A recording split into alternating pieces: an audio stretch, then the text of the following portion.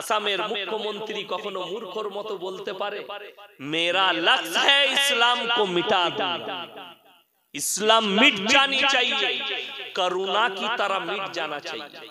मैंने बोला मेरे दोस्त आप तो सीएम है, जरा सोच समझ कर बात कीजिए, आप तो बड़ी दूर बात, आपसे पहले अंग्रेज आया था, 200 साल तक राज किया हिंदुस्तान में, उन लोग भी सोचा था कि इस्लाम को मिटा देंगे, कुरान को मिटा देंगे। और इतिहास उठाकर देख लो, गुजरात के गोमती नदी के किनारे 20 से 30 लाख कुरान को जलाया था अंग्रेजों, और सोचा था कि हम कुरान को मिटा देंगे। शाह अब्दुल अजीज मुहद्दिस देहलवी रहमतुल्लाह अलैह ने कहा, अरे ओ अंग्रेजों के बच्चे, अगर तुम समझ रहे हो कि 10 लाख 20 लाख 10 करोड़ कुरान को जलाकर इस्लाम को मिटा दोगे, कुरान को मिटा दोगे, तो ये तुम्हारा खौफ है, खौफ देख रहे हो। बोले क्यों? क्योंकि इस कुरान को अल्लाह ने भेजा और अल्लाह ने वादा भी किया, इन्ना नहनु नज़्ज़लना ज़िक्रा व इन्ना लहुल हाफिज़ून, मैंने इस कुरान को भेजा और इसका हिफाजत का जिम्मेदारी मैं अल्लाह लेता हूं। जोरे बोलो सुभान अल्लाह। আপনারা কি মনে করেছেন কোরআনটা হিফাজত মায়েরা জুস্তানে বেঁধে আলমারিতে ভরে রেখেছে, আপনি মসজিদের কিনারায় তাকে রেখে দিয়েছেন, ওটা হিফাজত না। গোটা পৃথিবীর কোরআনকে জ্বালিয়ে দাও, আল্লাহর কসম করে বলে যাচ্ছি, একটা যদি হাফিজে কোরআন জিন্দা থাকে আবার 100 কোটি কোরআন ছেপে চলে আসবে। জোরে বলুন সুবহানাল্লাহ। অনেকজন বর্ণ পরিচয় বই পড়েছেন না পড়েছেন? একটা কোন স্টুডেন্ট দাঁড়িয়ে বলুন একটা চুটি বই বিনা ভুলে মুখস্থ আছে, যদি শুনিয়ে দিতে পারেন আমার পকেটে যা টাকা বেরোবে তাকে গিফট করে দিয়ে। একটা বই বিনা বলে বইটা আমার হাতে থাকবে, তুমি দাঁড়িয়ে এখানে স্টেজে মাইক নিয়ে শোনাবে বিনা ভুলে। বর্ণ পরিচয়টা তোমার বছর পেরিয়ে যাবে, বিনা ভুলে মুখস্থ করতে পারবে না, আকার ওকার সব দিয়ে। কিন্তু আল্লাহর কসম 30 পারা কোরআন হাফিজে কোরআনরা যখন পড়তে শুরু করে, নিয়ত করে যে এটা আমার সিনেতে ভরবো, আল্লাহ নিজের কুদরতে তার সিনেতে 30 পারা কোরআনকে গেঁথে দেয়। জোরে বলুন সুবহানাল্লাহ। তারাবিতে দাঁড়িয়ে হাফিজের 30 পারা 30 দিনে শোনাই না? জোরে একবার বলুন নারায়ে তাকবীর। আমার ভাই আর একটা পুখ্তা দলিল দিচ্ছি, আপনারা অনেকে ছড়া পড়েছেন না পড়েন?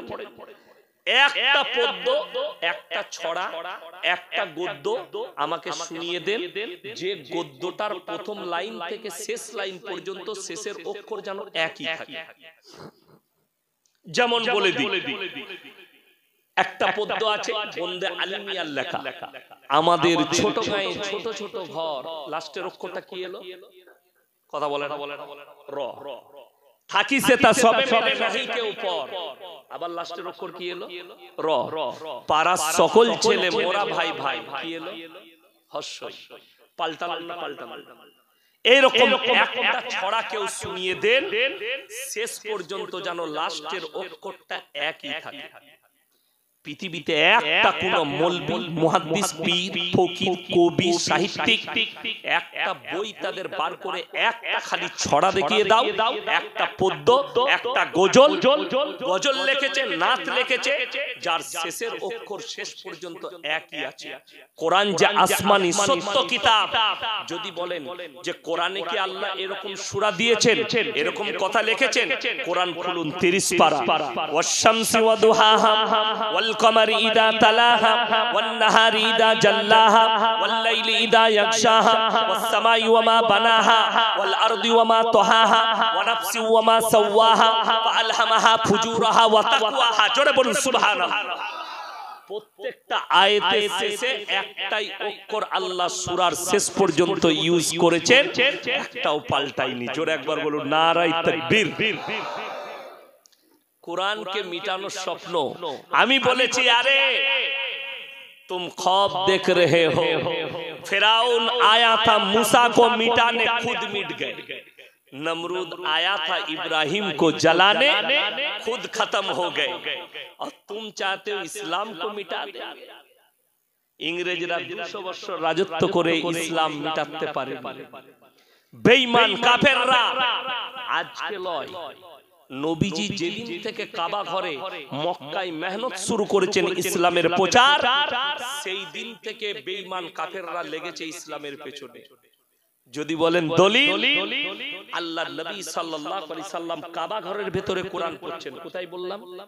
কাবা ঘরের ভেতরে। তখন কোরআন সম্পূর্ণ অবতীর্ণ হয়নি, আসছে নবীজি পড়ে পড়ে শোনাচ্ছেন। এমন অবস্থায় আল্লাহর নবীর কাছে একটা আয়াত এলো। কখন? বেঈমান কাফেররা কাবা ঘরের বাইরে নবীজির বিরুদ্ধে তাবলীগ করে। কি তাবলীগ? আল্লাহ কোরআন পাঠালেন, ওয়াকালাল্লাযীনা কাফারু লা তাসমাউ লিহাযাল কুরআন ওয়ালগাউ ফীহি লাআল্লাকুম তাগলিবুন।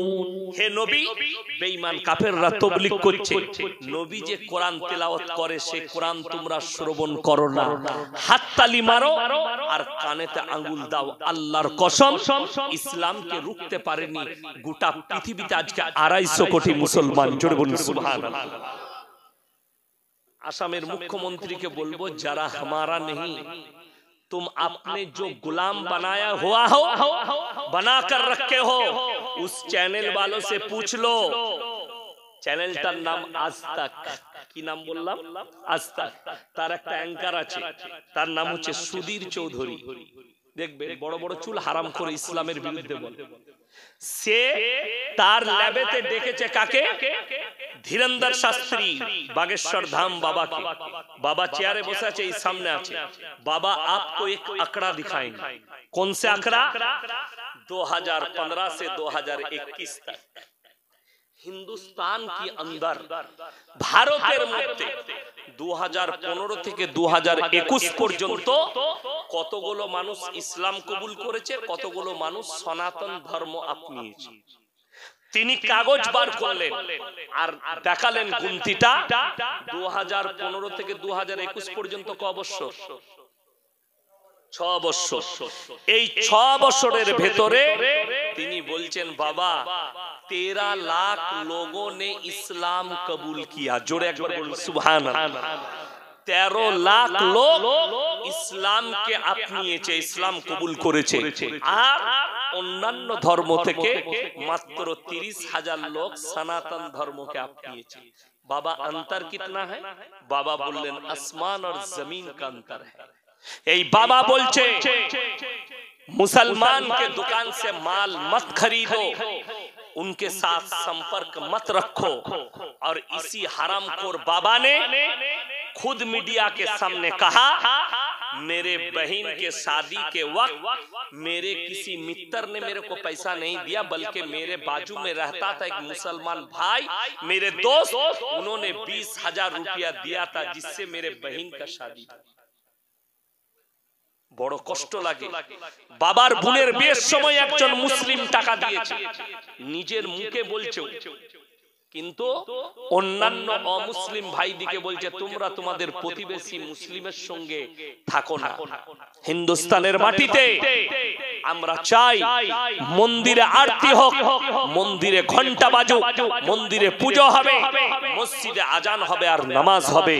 দুঃখ লাগে, বেদনা লাগে, আজকে মিডিয়া ওয়ালারা বলছে, বলে মসজিদ কে নিচে মন্দির है, সার্ভে করনি चाहिए। আমি নিয়ত করেছি খুব তাড়াতাড়ি আমি কেস করব কলকাতা হাইকোর্টে। কি বলবো? হাইকোর্টের নিচে মসজিদ আছে, मैं সার্ভে करना चाहता हूं, তোড়ো আর নিচে দেখো। কথাটা বুঝতে পারেননি? ইনশাআল্লাহ আপনারা দোয়া রাখবেন। আমি নিয়ত করেছি, খালি আপনারা সাপোর্ট করলেই হবে। আমি আপনাদের সাপোর্ট চাই, পশ্চিম বাংলার যুবকদের আর মুসলমানদের। আমি গিয়ে দাখিল করব কোর্টে কেস, আমি উকিল ধরে, যে কলকাতা হাইকোর্টের নিচে মসজিদ আছে পুরনো আমাদের বাপ দাদরের আমলে, मैं सर्वे करना चाहता हूं। और जहां पर नबान्नो है, मैं तो दीदी के पास भी नोटिस भेजने वाला हूं कि नबान्नो के नीचे भी एक मस्जिद है, उसको भी सर्वे करने। তোমরা যদি আমাদের মসজিদের নিচে মন্দির খুঁজে পাও, তা আমি তোর ঘরের নিচে মসজিদ কেন খুঁজবো না? কথা বুঝতে পেরেছেন না? 500 বছর আগেকার মসজিদ, তার নিচে মন্দির খুঁজছে। খাজা মঈনুদ্দিন চিশতি রহমাতুল্লাহ আলাইহির কবর, বলছে তার নিচে শিবের মন্দির আছে। बड़ो दुख लगे। सरकार को सोचना चाहिए, जो आग लगाने के काम कर रहा है, सुन लीजिए, आग पानी से बुझता है, आग से नहीं। अगर आग लगाओगे तो सिर्फ हम नहीं जलेंगे, आग में पूरे हिंदुस्तान जलेगा। और याद रखना, तुम अगर सोचते हो कि मस्जिद को तोड़कर अल्लाह को मिटा देंगे, इंशाअल्लाह हिंदुस्तान के सारे मस्जिद को मिटा दो, हमारे दिल और दिमाग से हमारे अल्लाह और रसूल के मोहब्बत नहीं मिटा सकते। সকলে জোরে বলুন ইনশাআল্লাহ। তোমরা যদি চাও মসজিদ গুলো ভেঙে দেবো, ভেঙে দাও। আর যারা বলছে হিন্দু রাষ্ট্র বানাएंगे, हिंदू राष्ट्र बनाने से पहले हिंदुस्तान के 50 करोड़ मुसलमान के कत्ले आम करने पड़ेगी। ये याद रखना, ये तुम्हारा ख्वाब है और तुम हम लोग को डरा रहे हो। इंशाअल्लाह हम अल्लाह के सिवा किसी से नहीं डरते। अगर दीन के लिए, मस्जिद के लिए, अल्लाह के घर के लिए हमारा जान भी चला गया तो इंशाअल्लाह हमको शहीद कहलाते हैं। जोरे बोलो सुभान अल्लाह। और हम सब जानते हैं अल्लाह के पास शहीद का मर्तबा बड़ी ऊंची है। যে বাচ্চা দুটো উত্তর প্রদেশে মারা গেছে, মসজিদে শহীদ হয়েছে গুলি লেগে পুলিশে, আল্লাহ তাদেরকে শহীদের মর্তবা দিবে। তবে আমি বলবো আজকে বড় কষ্ট লাগে, কোথায় জানেন? কষ্টর কথা বলছি, কলকাতায় আপনারা দেখতে পাচ্ছেন প্রত্যেক সপ্তাহে একটা করে মুসলমানের দলের মিটিং। আমি কারোর নাম নিব না। আজকে অমুক দল ডেকেছে, অমুক মৌলবি ডেকেছে, কালকে অমুক মৌলবি ডেকেছে। अरे ये कह रहे हैं तुम बटोगे तो कटोगे, मुसलमान तुम भी बटोगे तो तुम भी कटोगे। आ जाओ एक स्टेज पर और हिंदुस्तान के सरकार को हम दिखा देते हैं ये वक्फ के जमीन हमारा बाप का है, तुम्हारा बाप का नहीं। लेकिन उलमाओं को एक स्टेज पर आना पड़े। सब कह रहा है हमारा लोग अलग है, কেউ বলছে আমি অমুক, কেউ বলছে আমি অমুক। একটা লাঠি যদি কেউ কি দেওয়া হয় ভাঙাটা সহজ না কঠিন? সহজ। 10টা লাঠি যদি কেউ কি দেওয়া হয় ভাঙতে পারবে? পারবে। আমাদের রাজ্যে নয় দেশেতে 10টা মাথা হয়ে আছে মুসলমানদের। এই মাথাগুলো যদি এক স্টেজে চলে আসে এদের টনক লড়ে যাবে। আমি চাই গোটা পশ্চিম বাংলার মুসলমান ফিরকাবাজি স্টেজে রেখে দাও, মসজিদে রেখে দাও, সবাই এসো একসাথে 3 দিনকার জন্য কলকাতাকে অচল করে দাও। 3 দিন নয় 10 দিন লড়বো না, ওখানেই গাড়ি নিয়ে দাঁড়িয়ে থাকবো রাস্তার উপরে, পানি খেয়ে কাটাবো যতক্ষণ পর্যন্ত ওয়াকফ বিল মিটছে না, ততক্ষণ পর্যন্ত কলকাতা অচল থাকবে। দেখো এদের টনক লড়ে কিনা, এদের মাথা ঘুরবে। কাল কি বিল বাতিল করতে এরা পথ পাবে না। মুসলমান যদি দিল্লির পথে হাঁটো, রাজি হও, বর্ধমান, বীরভূম, কলকাতা থেকে হাই রোডকে ব্লক করে চলে এসো গাড়ি নিয়ে কলকাতাকে। 3 দিনকার জন্য হাই রোড বন্ধ করে দাও, এদের বাপের পর্যন্ত টনক লড়বে। এরা বিল বাতিল করতে পথ পাবে না, কিন্তু মুসলমান টুকরো টুকরো হয়ে বেটে আছে। এরা যাচ্ছে আমরা যাব না, ওরা যাচ্ছে আমরা যাব না। এদের মসজিদ ভাঙছে, আমাদের ভাঙবো। আপনাকে বলে যায় 2002 এর গুজরাটের দাঙ্গা আমি নিজের চোখে দেখেছি।